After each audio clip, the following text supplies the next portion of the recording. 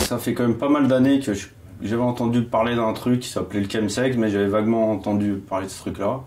Et moi j'avais un pote qui pratiquait, enfin qui était travailleur du sexe et qui l'utilisait pour bosser, il était masseur, et qui l'utilisait en dehors aussi, c'est-à-dire aussi pour partouzer quoi. Donc en fait il passait son temps dans le chemsex. Moi j'étais beaucoup chez lui et c'est comme ça que j'ai découvert un peu cet univers. C'est quoi le chemsex? Alors le chemsex c'est une pratique sexuelle qui consiste à ajouter des drogues spécifiques, souvent des drogues de synthèse ou des méthamphétamines, pour pimenter les parties, pour pimenter des partouzes, mais pas que des partouzes, pour pimenter le sexe, pour booster le plaisir et la performance aussi. Les parties chems peuvent quand même durer 48 heures, 3 jours, 4 jours.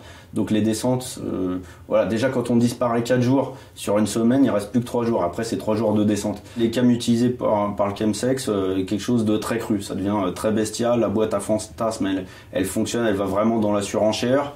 Et aussi les limites on les casse vite, c'est-à-dire que c'est pas rare qu'un chemsexeur il regrette complètement ce qu'il a fait la veille avec des partenaires qui lui plaisaient pas, des pratiques qui lui plaisaient pas ou des pratiques même à risque. Et donc je dirais que ça touche peut-être, je dirais, à ce qu'il y a de plus bestial en nous quand on est sous l'influence de ces produits-là, quoi. Une des problématiques du chemsex, c'est que ça plombe la sexualité. Alors il y en a qui avec le temps c'est quelque chose qui revient. Il y a une rééducation un peu à faire avec ça, mais une fois qu'on a connu le plaisir maximal, c'est sûr que souvent les chemsexeurs, les retours, c'est que maintenant je fais quoi? Moi ma sexualité me paraît plate. Pour moi, dans le phénomène du chemsex, chez les vrais chemsexeurs, ceux qui ont cette habitude-là, le sexe maintenant c'est ce qui participe au déni, c'est un prétexte pour se défoncer. C'est-à-dire que d'ailleurs souvent ça termine souvent dans l'isolement complet où la personne elle est en train de se défoncer devant des sites style Zoom ou en train de se mater des pornos, elle se défonce toute seule. Ça se termine dans l'isolement et le sexe devient vite un prétexte pour défoncer. Pour moi, ce qui domine dans le chemsex, c'est pas le sexe, c'est la cam. Ça concerne plein de drogues, beaucoup de drogues de synthèse qu'on appelle les catinones, qui ont des noms un peu bizarres, 4-mec, 3-MMC. Aussi il y a de la cristal méthamphétamine. Voilà, c'est plein de GBL, ce qu'on appelle plus communément le GHB. Voilà, et effectivement il y a plein de cams qui tournent autour de cette pratique, de ce phénomène. Ça ressemble à quoi? C'est des drogues qu'on peut fumer, sniffer, plugger, ingérer, shooter dans le bras. Enfin, et voilà, il y a plein de façons d'utiliser ces cams. Il y a des sites, concrètement, où il y a sur un des partenaires, il y a quelqu'un qui veut un partenaire sexuel, il voit ce qu'il a exactement. J'ai de la 3-MMC, j'ai ça, tout est indiqué, et même les pratiques sexuelles. On est vraiment sur le marché du sexe, vraiment c'est un marché, c'est devenu un marché à ciel ouvert qui mélange le sexe et la cam, quoi. C'est comme ça que ça marche et c'est comme ça que sont organisés beaucoup de partouzes, c'est-à-dire le tel et tel partenaire. Et c'est pas rare, même dans les touzes, de voir des gens en pleine touze avec leur téléphone pour se barrer à une autre touze ou faire venir d'autres partenaires, quoi.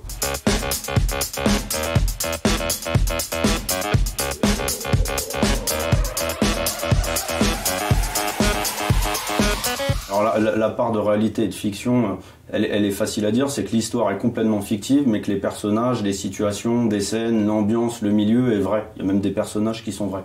C'est comme ça tout le temps que j'inscris mes romans, c'est-à-dire à partir de matériaux très vrais, j'invente une trame. Et c'est ce que j'ai fait, c'est exactement ce que j'ai fait dans le livre, quoi.